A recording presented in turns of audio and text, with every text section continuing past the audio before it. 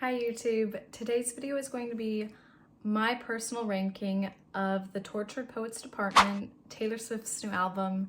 I will be going from, I guess, my least favorite to my first favorite. And the way I'm ranking these is a little bit of like formal analysis in terms of like lyrics, sound, and then a little bit like is just like how likely I am to skip them. The bottom, the least favorite being like the most likely to skip, the top being like I reach for that constantly. So that's kind of how the ranking's gonna go. I hope you guys enjoy this. It's just gonna be a quick little fun video. Maybe I'll share like a favorite lyric from each song. So yeah, let's get right into it.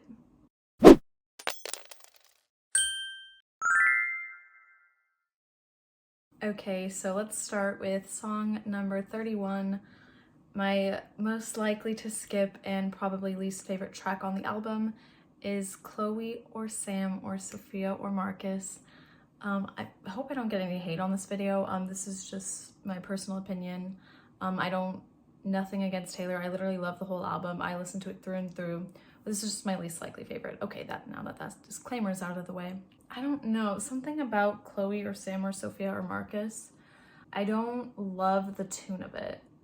And then also the lyrics, I don't relate to them. I can't get into it. It's a good song. Let me just share some of my favorite lyrics from the track. Could it be enough to just float in your orbit? Can we watch our phantoms like watching wild horses? So in this album, you know, Taylor talks a lot about like our phantoms. She uses the word phantom a lot. In fact, wait, what isn't one of the vinyls called like Phantom White? Anyways, can we watch our phantoms like wild horses and then floating in your orbit in different galaxies? She also comments about that in Peter. But yeah, I just think that's a really sweet lyric. Like, could it just be enough to like exist next to you? Like, it's definitely like a breakup song. But it's like, hey, like, I like you. Like, is it just enough to like exist? Like, I skip it the most. Wow, I don't know. I feel bad. If you like the song, that's totally fine. I just don't like ever find myself like, I've never like been like, I have to put the song now. That's all. All right, my 30th favorite track from the Tortured Poets is I Look in People's Windows. This track, I never really gravitate towards it, hence it being pretty low, but I really do. Its redeeming quality for me is like, I mean, I like the way it sounds, like I look in people's windows. I don't know, it's very like Evermore. I love the way it sounds. It's the lyrics that I just don't super relate to. I love this for Taylor, to be honest. Don't get me wrong, I love this song for Taylor. But anyways, I like the song. I like the whole album. Let's share my favorite lyric from this track. Does it feel alright to not know me? I'm addicted to the if only. I also love her voice when she sings that. I'm addicted to the if only. Like, I think that's a really, like, that's like the highlight of the song for me.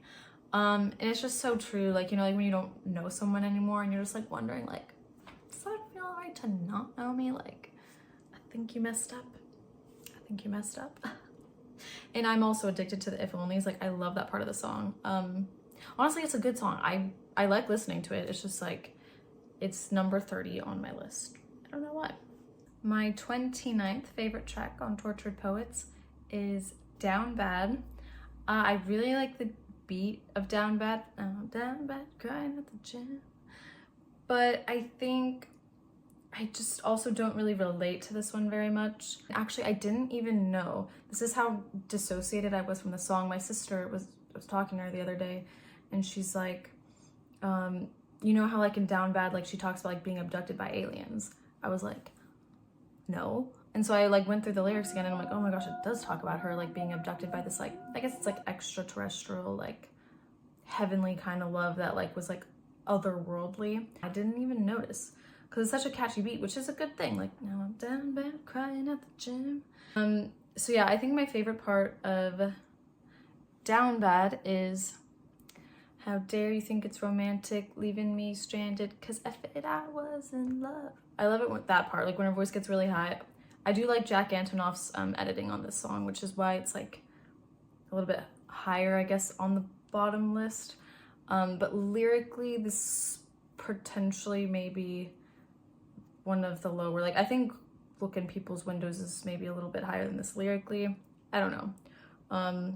But yeah, that's that one. My 28th favorite track is Robin. I like Robin a lot. Like, I like to just have it on in the background while I'm playing chess or something. But I also just don't get it, which is why it's like that low, even though it's such a good song. Here it's about Aaron Dessner's son. Has a son named Robin or something like that. I could be wrong. Love the part where she goes, long may you roar at your dinosaur. And like the way to go, tiger, hi. Like, to me, that's like the highlight of the song. And maybe one day I will go back into the meat and potatoes of the song. Oh my gosh, I sound like an English teacher. It's a good song. I love the sound of it, but yeah, the lyrics, there's just ones I relate to more, which is why it's so low. But honestly, I love putting this on, and I don't even really skip it ever. But I guess I just don't go to put it on, but I don't really, it's not really a skip for me. So yeah. My 27th favorite track on Tortured Poets is So High School. I do really like this song, especially because, you know, everything going on with Travis Kelce. I've been following the NFL and their little love story, so this song is just really adorable. I love it for them. I don't know if I love it for me, but that's fine. Like, I like it. Like, when I scroll past it on TikTok, I'm like, yeah, like, you gonna marry, kiss, or kill me. It's just a game, but really. And like, actually, when I first listened to the album, I knew immediately the clip because that had popped up on my For You page before, like Travis Kelce doing the marry, kiss, kill. I'm sure a lot of people, like, that came to mind right away, but yeah, I just thought it was like a fun little Easter egg. And I love that she mentions Grand Theft Auto. But do I put this on all the time? Not really, but it's a cute beat. It's very like Fearless coded, so I do like it. It's just not relatable to me. That's all. I don't really have much to say. And at 26, we have The Alchemy. This is also a Travis Kelce song, at least I think it is. I could be wrong, but everything kind of points to it being football and Travis. I kind of put these like right next to each other because I'm as likely to enjoy both of these tracks, sort of. Maybe this one's slightly more. When I touch down, call the amateurs and get them from the team. Like, this one, I guess, is a little more like I can like pretend I'm in this story rather than the other one. I guess I don't really feel so high school right now. I kind of feel like I'm in my adulting era. Not that everything has to be relatable, but this is my ranking. This is Bean's ranking, not like the world ranking. So yeah, anyways, I feel like so defensive. I feel like people are gonna like get mad at me. But yeah, like, who are we to fight the alchemy? Yeah, that's why this one's slightly higher, but yeah, I don't know. I don't really have any complaints about this song. I think, if anything, I just wasn't expecting, like, when I saw the title track, like, The Alchemy, I'm like, oh, it's gonna be about, like, wizards. Something more like what Cassandra is. But then it's, like, a Travis Kelce song. Like, I never thought The Alchemy would be about Travis, that's all. But I think it's cute. My 25th favorite track is I Can Fix Him, No Really I Can. This one's been on my For You page on TikTok a lot recently. I can fix him, no really I can. Good boy, that's right. That's probably my favorite part. Yeah, I guess I like the beat in the way she sings, and I don't really skip the song, but I also don't really put it on very much because, I don't know, I'm kind of out of like my like, oh, I can fix this boy era. Like, if you don't come right, if you're not already fixed or whatever, then I don't want him. You know, I'm no longer going to help anyone. I'm so far in my streaming career. Oh my gosh, don't bully me. But yeah, I don't relate to this song. But I think it's funny. I think it's a fun time. I think it's a good beat, but yeah, it's just, I don't really reach for it. My 24th favorite on the album is The Manuscript. I know this may seem low, It was very much higher when I first listened to the album. This probably would have been a top 5 or 10 for me first listen, but I've just found I love other ones more. I think it's a very heartfelt song.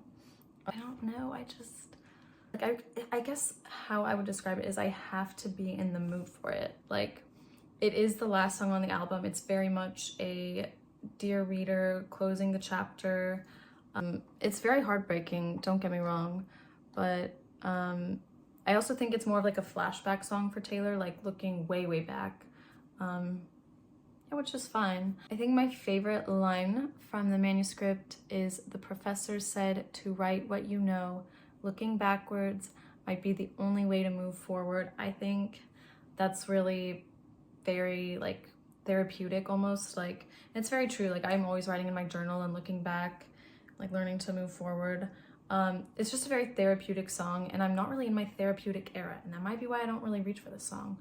I'm very much more into like the high angst songs right now, but maybe this will move up for me as my life shifts. So yeah. My 23rd favorite is Clara Bow. When I first listened to the song, I didn't get it at all, but also everyone's first listen of the album was probably chaotic.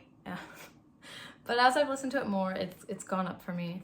And, you know, it's about being the new it girl. Okay, it was Clara Bow, then it was Stevie Nicks, Taylor Swift, and now, you know, there's going to be new starlets in the future.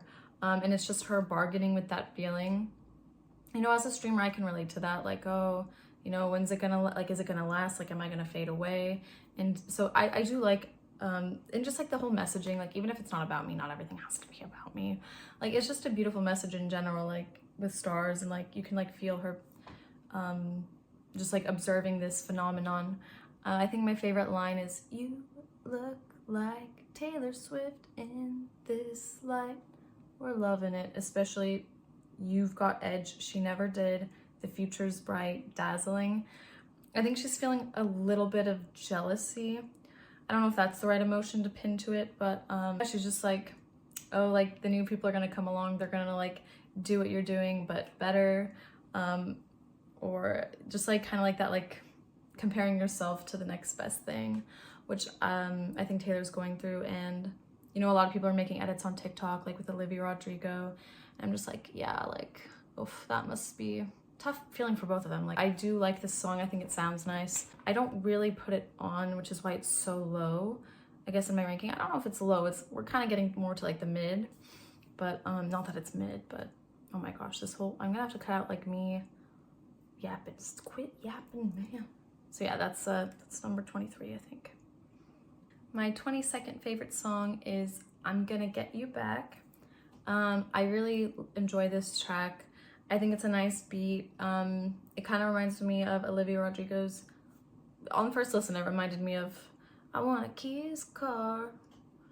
No, no, no, no, no, no. It's kind of like the back and forth, like I want to love him, but I want to punch him in the face, which makes for a really catchy tune, that back and forth.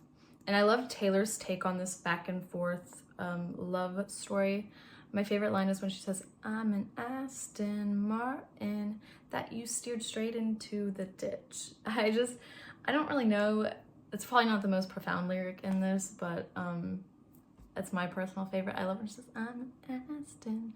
I love when she talks about cars. She talks about cars a lot in her discography, and I just think that's a very fun one. Like, oh, I'm this nice car that you just freaking crashed.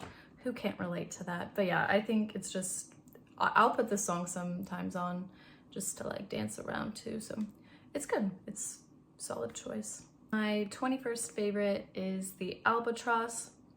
I actually really enjoy, this might be one of my preferable songs to just have on like in the background, just like while I'm chilling. It feels like a good tune you can put on any occasion. Like, you could put it on at a wedding, you could put it on in the car, you could put it on in the background of a stream. Like, it's just such like a good, easygoing tune, and I like it. But I guess it just like also, I don't know why for some reason I don't like gravitate towards this as much as like my top 10 or 15 tracks. I wonder if part of it's because I haven't really delved into the lyrics too much. I haven't analyzed it. I haven't found the deeper meaning, which sometimes for me I need to find in order to really truly enjoy the song, which you will see later as we get higher up on the list. But I think my favorite lyric, which is gonna sound so stupid because it's like the only thing I can hear, but she's the albatross, she is here to destroy you. Because I don't know, that's pretty much all I can hear. I wish I could cross your thoughtless heart. That's also a good line. I don't know. That's just my favorite. When I hear the song, I'm like, that's what I hear. So yeah, I don't really have much to say. Besides, it's a good tune. It's giving like Willow from Evermore. I love that it's giving Evermore, and that's probably why it's where it is for me and that I enjoy it as I do. My top 20 track is Florida. I really enjoy Florida. I think it's just a very interesting song. I think it's different than what Taylor's really ever done. I love that it features Florence and the Machine. I really enjoy Florence's voice. I think it works really well here. I think my favorite line from this song is, Florida is one heck of a heck. And now it doesn't say that, but that's what I like to say when I'm streaming. Florida is one heck of a heck. Because it's like, I don't want to say the stuff, you know, family friendly here. And the reason why it's maybe perhaps not higher is the lyrics. It's not that I have a problem with the lyrics. They're good lyrics. I'm looking at them right now. Like, I mean, Taylor's going into her personal sadness with like probably touring at the time. And I don't think Florida is one heck of a heck. I just don't. Like, it's one heck of a drug. I don't know why, like, and that for some reason I can't get over that. I do, like, I'll put it on and I'll be like, Florida, one heck of a drug. And I don't know, I just, it's where it is for a reason. I love sonically. It falls flat elsewhere for me as a top track, but it's enjoyable. I feel like I hate being a critic because I hate being mean, because I'm like, what if Taylor watched this? I like to act like as if, what if Taylor's watching this? Taylor, I like it. I do like it. It's just, if I'm doing a ranking, something's got to be somewhere, you know? This is where Florida is for me. Number 19 track for me is Guilty as Sin. I really enjoy the beat and the way it makes me want to go like, what if he's written mine on my appetite? I guess the reason it's maybe not higher for me is, I guess I can't relate. Is that like no reason to put it higher? It's very catchy. And it makes me want to pop my hip. One of my favorite lines is when she says, without ever touching his skin, how can I be guilty as sin? When I first listened to this track, I didn't really understand the lyrics. And now I get them completely. Just kidding. Well, but anyways, it wasn't until like a week after the album came out that I was like, oh my gosh, she's singing about, I think, I could be wrong, I think she's singing about someone that she has never touched. Like, they've only ever touched in her mind. She's never even like given him a hug. So maybe it's like celeb crush. I don't know. I think it's catchy. I like it. No complaints about it, really. It's a good, solid song. My 18th favorite track is the Tortured Poets Department, aka the title track. I don't have too much to say about this other than my very favorite part about this track is the beat. Like, I feel like I could dance to this song. I don't know. I really like the way it's produced, I guess. The way Taylor sounds, it's very like dreamy and whimsical.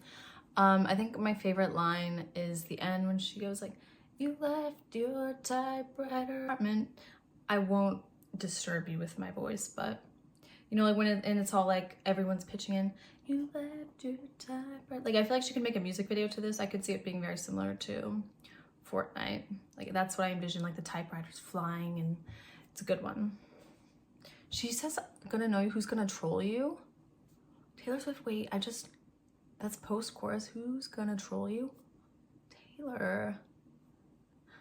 My 17th favorite track is But Daddy, I Love Him. I do love this song a lot.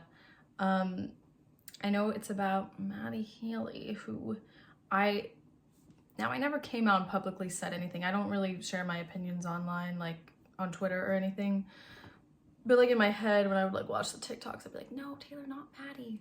So I was kind of like, I guess I was part of Daddy. Like, she's like, but fans, I love him. Maybe that's not what it's about, but I would speculate she's like, hey, public opinion, I love Maddie Healy.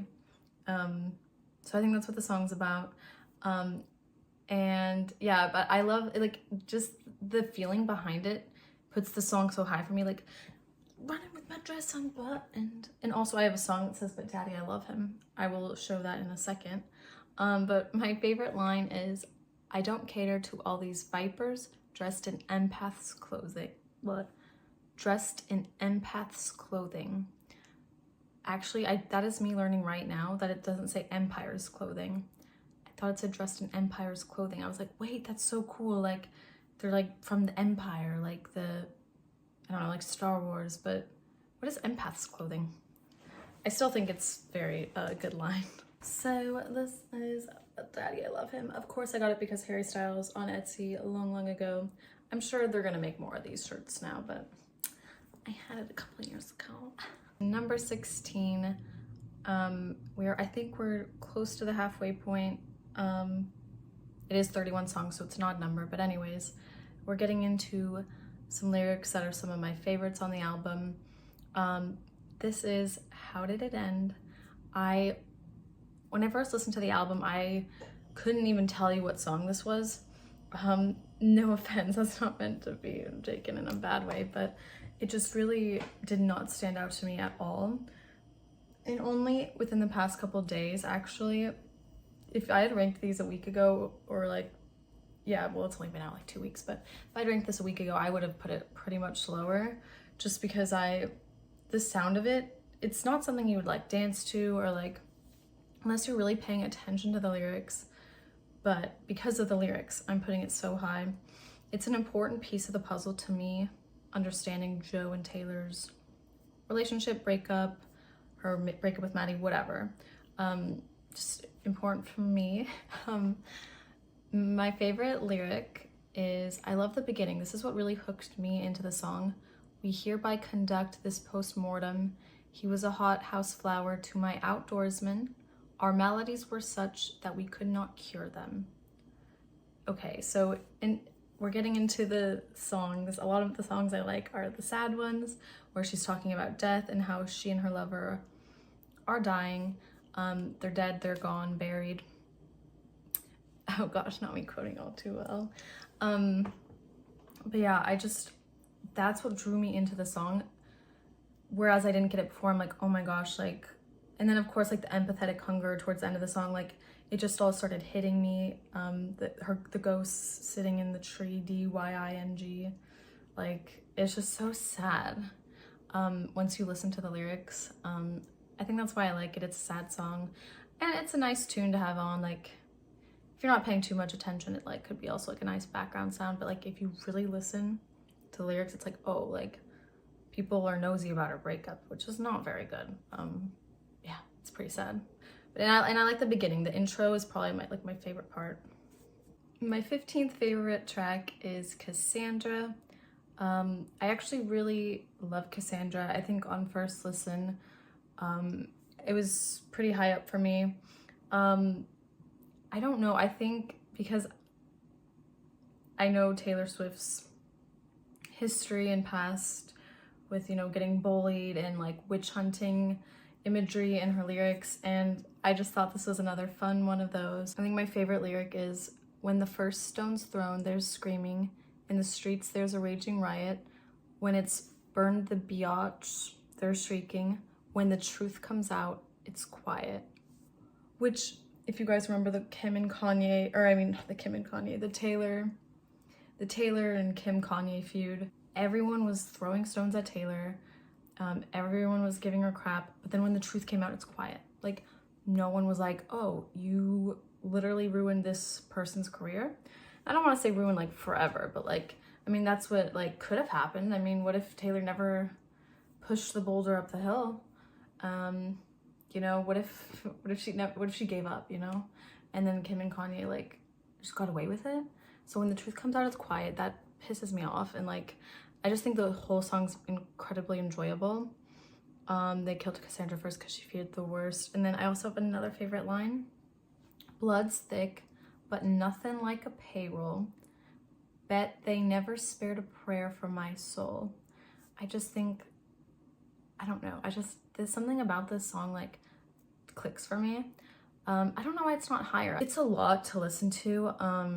Yeah, I don't know. And I think also like there's so many good songs on this album that it's just, I feel like it's pretty high up though. I don't know. That's Cassandra for me.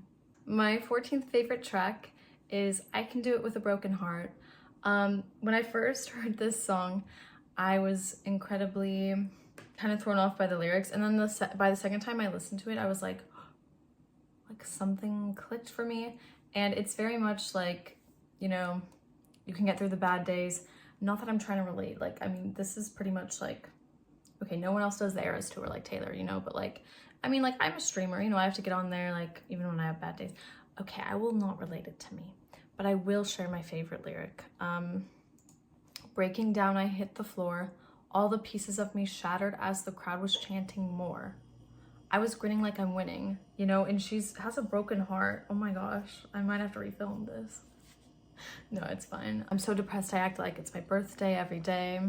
And then finally she says, try and come for my job. Like, it's kind of a flex, like, you know, who else can be Taylor Swift? You know, if she can't get fired from being Taylor Swift, who would take her spot?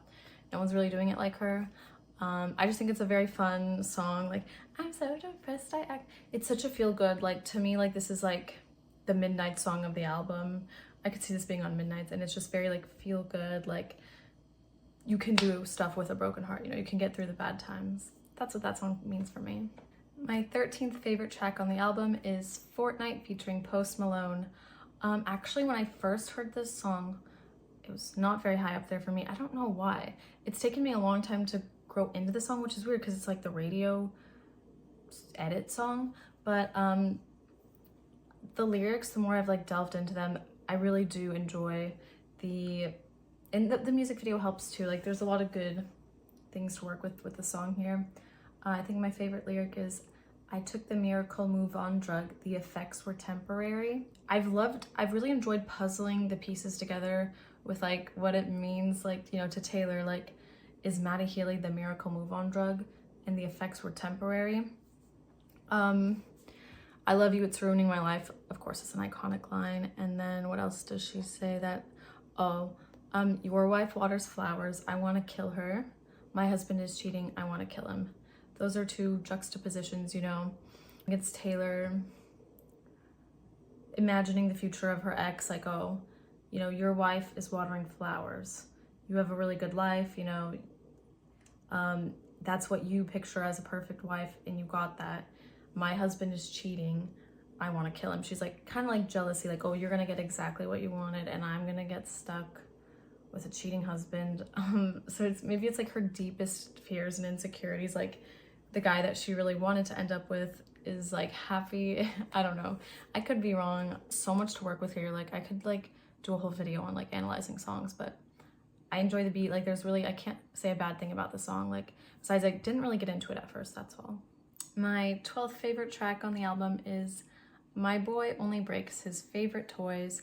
I saw a TikTok that was like, this song could be on 1989 Taylor's version. I'm like, oh, it totally could be a vault track, which is crazy. I love the upbeatness of it. Like, it makes me want to chant, my boy only breaks his favorite toys. Let me share my favorite.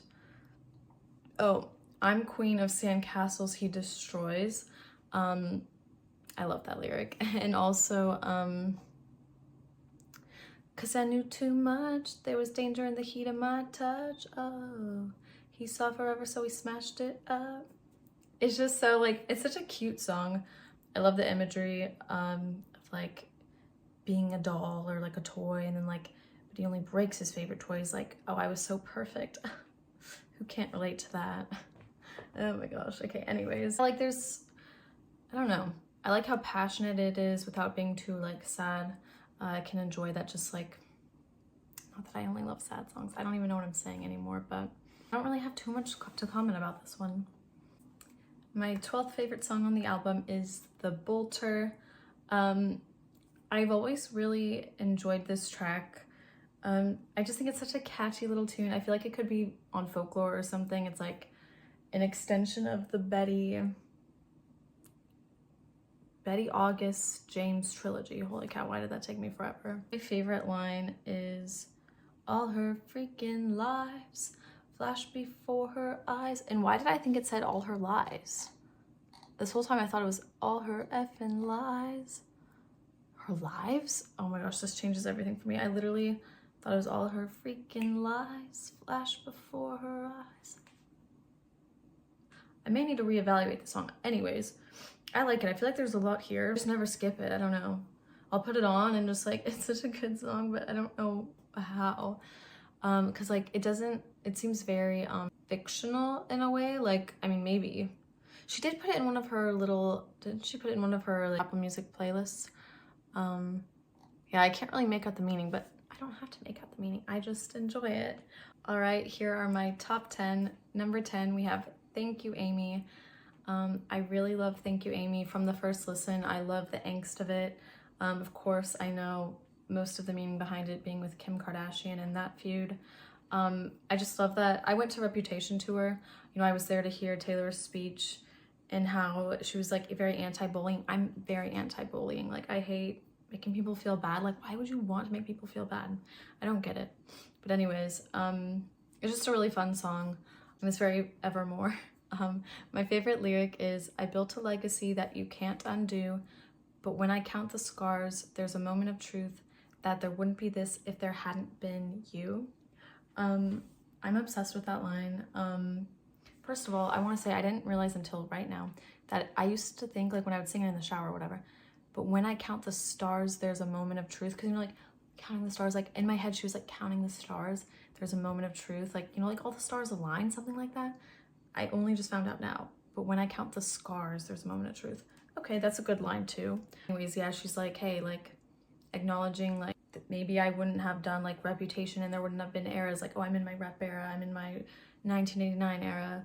Like, it's like finding the good within the bad. And she says, thank you, Amy, but like, F you, Amy, kind of like recognizing the karma, the good karma that came out of it. I would say more so than like thanking her. Or maybe it's like a little bit of a diss, like, oh, thank you, goodbye. Oh my gosh, there's a freaking bug. But yeah, love Thank You, Amy. My number 9 track on the album is Fresh Out the Slammer. I really am drawn to the subtle, I don't really know what I'm like trying to say, like fresh out the slammer. I guess I mean like the slow part. Fresh out the slammer, I'm coming back on to you. Like that part I think is really, really cool. My favorite line from Fresh Out the Slammer, handcuffed to the spell I was under, aka Joe. So I think the song is about her going to Maddie after being with Joe, right? Okay, so imagine that, like she's done, the relationship with Joe is done, she's going back to Maddie, okay? Handcuffed to the spell I was under for just 1 hour of sunshine, right? A moment of warm sun. Think So Long London, a moment of warm sun, okay? For just 1 hour of sunshine, years of labor, locks and ceilings in the shade of how he was feeling. But it's all right. Oh wait, but it's gonna be all right. I did my time. My sister's the one who actually brought this up to me about, oh, like in the shade of how he was feeling. Like she spent, and then of course I like remembered myself that Taylor talks about being locked away, like during quarantine. I think she said she spent like 4 years or 5 years like locked in an apartment. Like, so she was in the slammer, right? The relationship with Joe is fresh out the slammer, or is the slammer. She's fresh out the slammer. She know who her first call is gonna be to. It's gonna be to Maddie. So I think that line is super cool. But I think my favorite part of the song is when she goes, fresh out the slammer. Like that's the grooviest part of the song, and then like those are my favorite lyrics. My 8th favorite track on the album is I Hate It Here. I love I Hate It Here. The first time I heard it, I was like, oh, instantly a favorite. Went to like top of my list. Just it's so instantly like lovable. The tune is, I think the lyrics, it's so like happy, skippy. What's the word they use on TikTok? Like songs you can gallop to. Like they rated Taylor songs and like how likely are to gallop to them, like a horse. Like to me, this is like top gallop song of the album.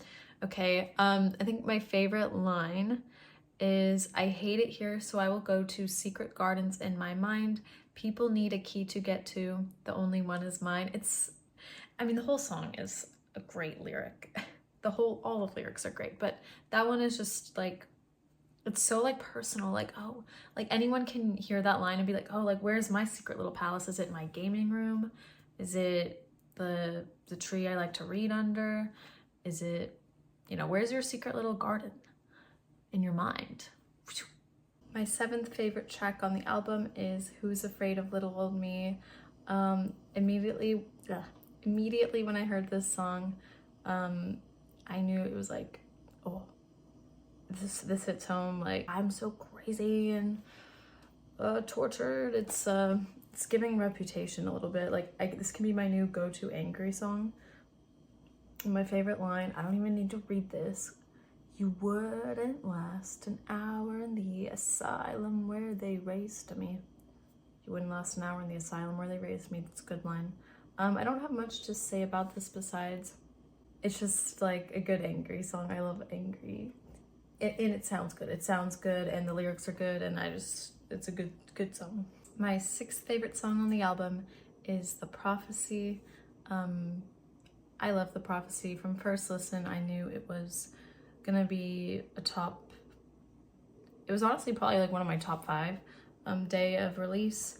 There are some that I have found I liked better, but yeah, it's just so like bargaining and tortured. And prophecy, like a prophecy is like something that cannot be changed, right? Like if something's been prophesied, like it's going to happen.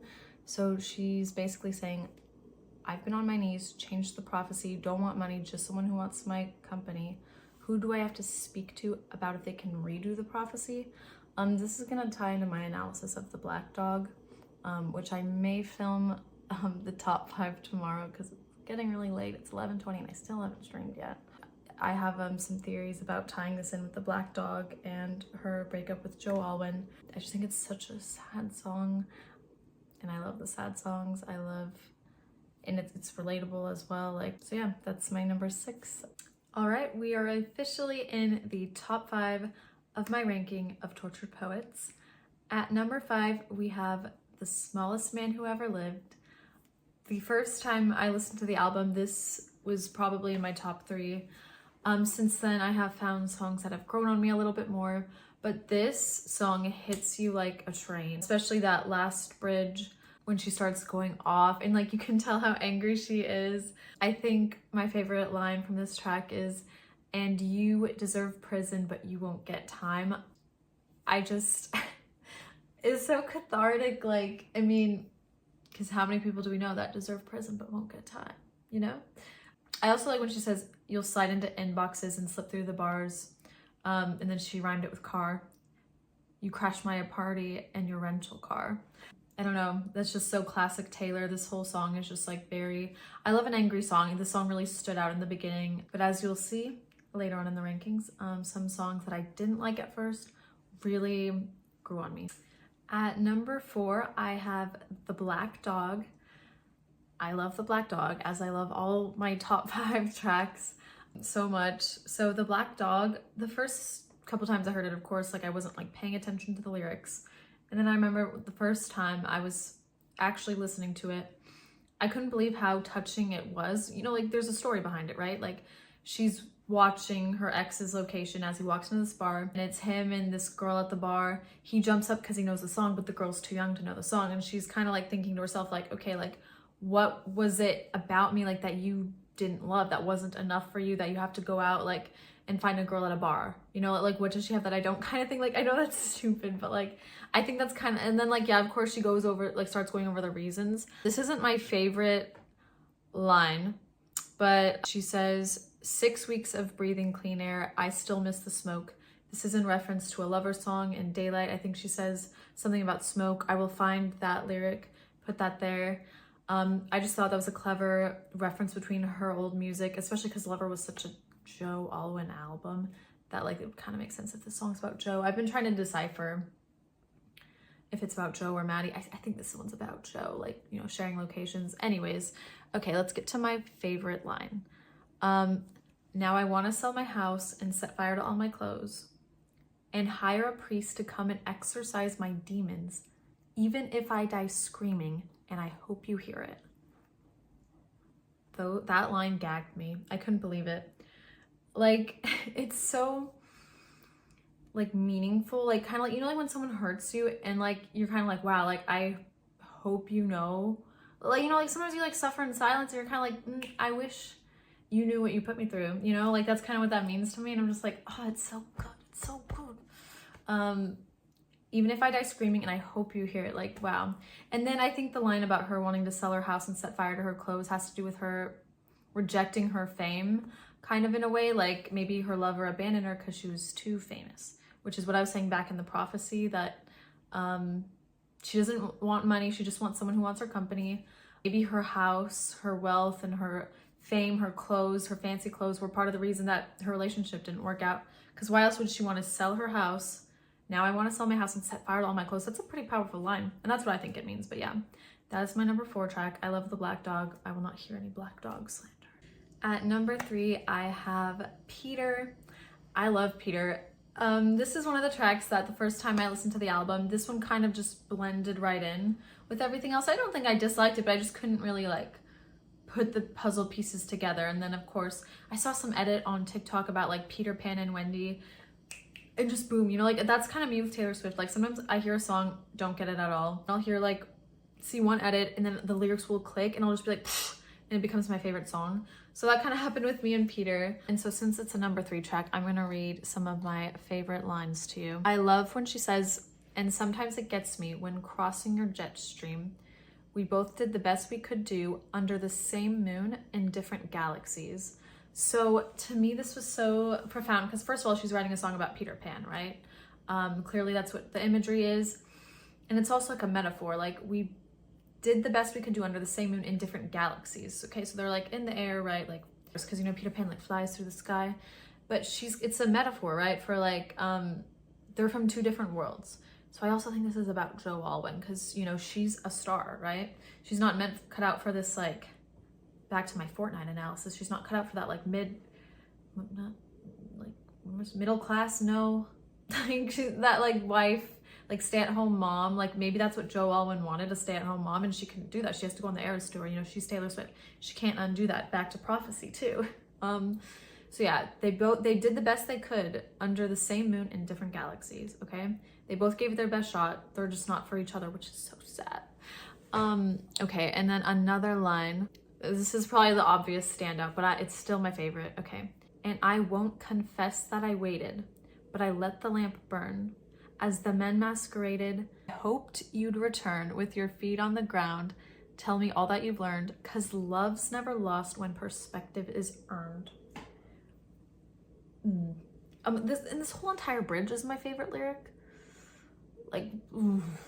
Okay, and also, but the woman who sits by the window has turned out the lights. She's like, I'm done. Like, there's so many like little meanings. And also I love at the end when she says, the last time she says, words from the mouths of babes, promises oceans deep, but never to keep. Oof. Oof. Her voice sounds so good there. Anyways, back to the woman who sits by the window has turned out the light. You know, she's done waiting. She's like, I was trying to wait. I did the best I could. She sat by the window. She had that hope. Do you ever have hope? And then you need to give it up. I've been there. So you need to give up hope sometimes. The woman who sits who hasn't been the woman sitting by the window, turning out the light, you know? Sometimes you just have to grow up. And so I just think I've been going on for 3 minutes now, whoops. But Peter's a top 3 track for me. I love it. And people have been saying it sounds like I Bet You Think About Me. And it is very that coded. Okay, I'll just stop yapping. Maybe I'll go make a whole video about this song someday. Spot number 2 goes to LOML. Honestly, in a lot of ways, this track is my number 1. I'll go over that in a second, but basically when the album first came out, even like a week into it, I didn't really hear this song. Like I would play it a lot on stream and such, and I just didn't understand it. Like I wasn't truly listening. A lot of, like, even when I first heard the album, I was streaming first of all, which like my attention is very divided. And I remember I wrote down in a notes app, like that I have shared with my sisters, and we write our thoughts on the song. I wrote like that I thought the melody was kind of like just blends together too much, and like it didn't stand out to me. And then it hit me one night while I was like just listening to it. I can't remember what, it just like, I wanted to cry. Like I was listening to the bridge, the last bridge, and I was just like, it hit me like a ton of bricks, and I literally started having a panic attack. Like I couldn't go to bed. It was 3 a.m. and I didn't go to bed till 4 a.m. And I was like messaging in everyone's discords like, guys, like I am having a mental breakdown because I severely underestimated LOML. Probably my favorite in terms of like the feeling behind it, the poetry behind it, the lyricism behind it. I even wrote that down in my original notes that like the lyrics were my favorite part of the song.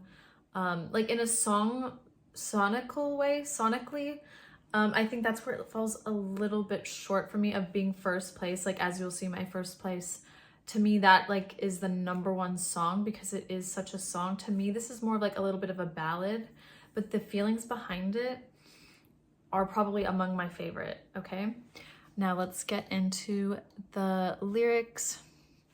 Gall. So like I love how it sounds like she's talking directly to the significant other, the ex-lover. Still alive, killing time at the cemetery, never quite buried. In your suit and tie, in the nick of time, you low down boy, you stand up guy, you holy ghost, you told me I'm the love of your life. You said I'm the love of your life about 1,000,000 times. Okay, okay, that's the chorus, right? The chorus is, it's always so good. It's so good. Anyways, like I said, I love how she's speaking directly to him. Like you can hear even the anger in her voice when she says, you said I'm the love of your life about 1,000,000 times. Like she's like getting mad, and like you can feel that, and it's like, oof. Anyways, I think my sister and I are in the middle of a debate about if this song is about Maddie Healy or Joe Alwyn, because it's so, I mean, first of all, she talked about a rekindled flame, right? Who's gonna stop us from waltzing back into rekindled flames, right? So something is clearly brought back from the dead, like something, there was a spark before, it's been rekindled. This either means she and Joe Alwyn broke up and got back together, or it means she and Maddie Healy were once an old flame, got back together. I think it could mean either. I think just because it is the loss of her life, I'm more keen to think that it's about Joe. My sister is leaning Maddie. We'll never know, but I'm gonna keep analyzing it. Gosh, I love when she says you cinephile. I just think that's such a fun word. So this is my probably favorite part of the song that I could listen to on repeat over and over. Probably my favorite line of the entire album. Like I said, this is a close #1 for me. This is my #1 lyrics of the album. Not song-wise, even though I love it. I mean, it's #2 for me still. Like, it's #2 for a reason, but let's start at, it was legendary. It was momentary. It was unnecessary. Like, so she starts out like, it kind of starts falling apart, right? She's kind of like unbraiding it, which she does talk about braiding. Okay, it was legendary, right? It was awesome. It was momentary. Like, okay, it wasn't forever. That goes back to Fortnite. Like, what we thought was forever. Okay. And then she says, it was unnecessary.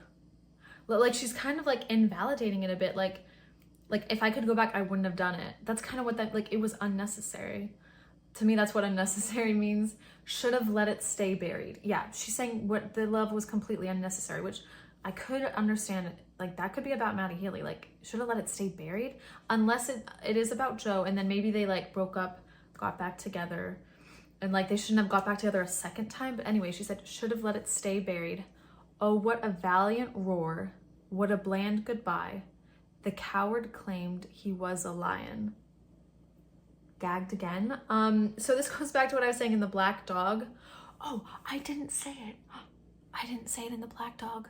But in the Black Dog, she says, you said you needed a brave man and then proceeded to play him. I didn't even go over that, but that's part of, okay, so we can't go back, but I'll say it now. In the Black Dog, she says, this is the line, you said you need a brave man, then proceeded to play him until I believed it too. So that connects to this song. Oh, what a valiant roar. Rah, he's saying like, I'm brave, like I'm the brave man. What a bland goodbye. Like, oh my gosh, I just like, the coward claimed he was a lion. I'm combing through the braids of lies. Like I said earlier, it was legendary, it was momentary, it was unnecessary. I'll never leave, I'll never leave, never mind. Our field of dreams engulfed in fire, your arson's match, so he set it to flames, your somber eyes, and I'll still see it until I die, you're the loss of my life.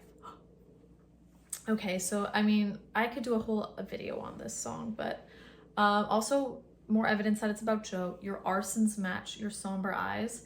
Okay, Joe is always known for being in Taylor songs blue. Sad boy. Your arson's match, okay, he's the one that's killing them, and that'll go into So Long London, which is my favorite.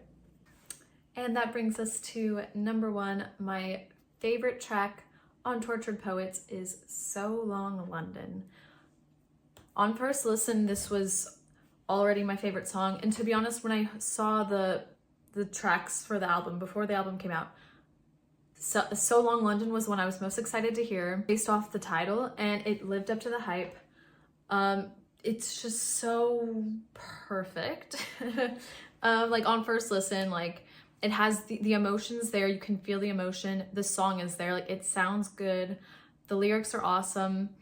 Poetically, I still think LOML is my favorite, but like lyrics wise, that is my favorite. And then like song wise, like to listen to, the feelings there, it's just so well made. Like you can really feel the heartbreak. Okay, so one of my favorite lines, I want to say, for So Long London, stitches undone. Okay, stitches undone. 2 graves, 1 gun, I'll find someone. Stitches undone. So, right, Joe or whoever, like when you're stitched back, like, right, stitches are to heal you, right? He healed her through Reputation era. He was really her healer. He brought her back to life. Stitches undone. Like, oh, you took the stitches and you, like, imagine undoing stitches and then you're just wounded again. Crazy. Okay, and then the third verse I think is like what gets me every time. So it has the chorus. The chorus is beautiful. And then she gets into this like really slow part of the song. Or not slow, but like the music completely stops and it's just her voice. You swore that you loved me, but where were the clues? I died on the altar waiting for the proof.